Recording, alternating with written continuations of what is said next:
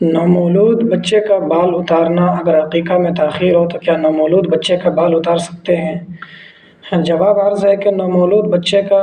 سر کا بال اتارنا اور عقیقہ کا بھی پھر بعد میں آئندہ چل کے کرنا یہ جائز ہے۔ بال اتارنے میں کوئی حرج نہیں ہے۔ بال اتار کر کے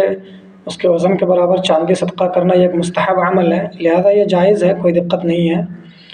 تاہم بہتر یہ ہے کہ جب عقیقہ جلدی کرے اور عقیقہ کے وقت ہی بال اتارا جائے تو یہ اچھا ہے، لیکن اگر کسی مجبوری کی وجہ سے پہلے بال اتار دیتے ہیں تو یہ جائز ہے، کچھ حرج کی بات نہیں، البتہ استحباب کے خلاف یہ کام ہے۔ کیلے کے بدلے کیلا ادھار بیچنا کیا جائز ہے؟ بالکل بھی جائز نہیں ہے۔ ہم جنس اشیاء کا تبادلہ میں 3 چیزیں شرط ہے۔ ایک تو یہ ہے کہ کوالٹی ایک ہو دونوں کی، جو چیز آپ لے رہے ہیں وہ بھی اور جو چیز اس کے بدلے میں آپ دے رہے ہیں، مثلاً آپ کیلا لے رہے ہیں یا کھجور لے رہے ہیں تو جس کوالٹی کا آپ کھجور لے رہے ہیں اسی کوالٹی کا آپ کھجور بھی دیں انہیں، اور دوسری شرط یہ ہے کہ مثلاً بمثل کہ جتنا آپ لے رہے ہیں سواء بسواء کہ جتنا آپ لے رہے ہیں اتنا ہی دیں آپ ادھار یدن بیدن۔ اس طرح سے تیسری شرط یہ ہے کہ نقد ہو، یعنی کوالٹی بھی ایک ہو، برابر سرابر ہو اور نقد ہو، اس میں ادھار جائز نہیں ہے۔ تو جو سوال کیا گیا ہے کہ کیلے کے بدلے کیلے ادھار لینا اس شرط پر کہ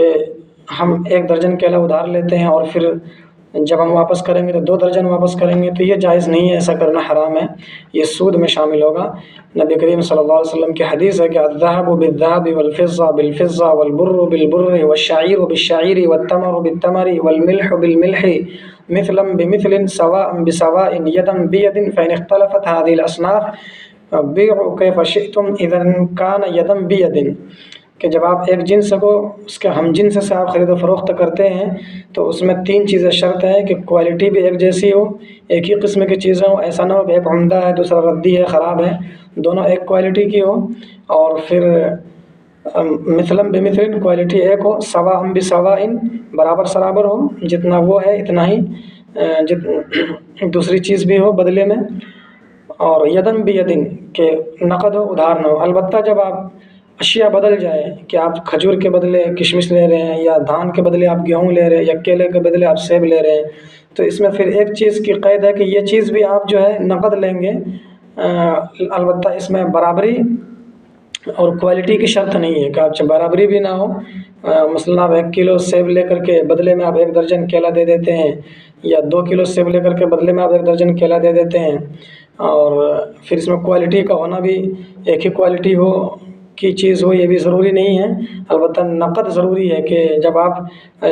چیزوں کے بدلے میں چیز آپ لے رہے ہیں تو اس میں نقد ضروری ہے۔ آپ آٹے کے بدلے میں آپ گیہوں لے رہے ہیں تو اس میں برابری بھی شرط نہیں ہے اور کوالٹی بھی شرط نہیں ہے، البتہ نقد شرط ہے کہ آپ کام نقد کریں، ادھار نہ کریں، کیونکہ ادھار اس میں ربا شمار ہوتا ہے۔ افیم، چرس، افیون اور دیگر منشیات کی خرید و فروخت جائز ہے یا نہیں، اس کی دلیل سے وضاحت فرما دیں۔ دیکھیے جو منشیات ہیں، افیم ہے، چرس ہے، گانجا ہے، ان سب چیزوں کی خرید و فروخت کرنا اور ان سے منافع اٹھانا امام ابو حنیفہ رحمۃ اللہ علیہ کے قول کے مطابق درست ہے، جائز ہے، اور اسی کے قول پر فتویٰ ہے، البتہ صاحبین کے نزدیک درست نہیں ہے اور ان کے قول پر فتویٰ بھی نہیں ہے، فتویٰ امام صاحب کے قول پر ہے۔ چنانچہ رد المحتار کے اندر موجود ہے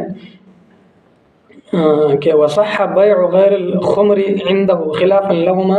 کہ شراب کے علاوہ دیگر منشیات کی بیع درست ہے، البتہ صاحبین کے یہاں درست نہیں ہے، لیکن الفتویٰ علی قولہ، لیکن فتویٰ امام صاحب کے قول کے مطابق ہے، فی البیع، بیع کے سلسلے میں، ثم ان باع صح، پھر اگر اس کو بیچ دے تو درست ہے بیچنا، اس کا منافع بھی درست ہے، لیکنہ یکرہ، لیکن مکروہ ہے، کیونکہ یہ منشیات اور منشیات تو بہرحال مکروہ ہے، ناپسندیدہ چیز ہے، لہٰذا یہ مکروہ ہے، لیتا ہم اس کے بیع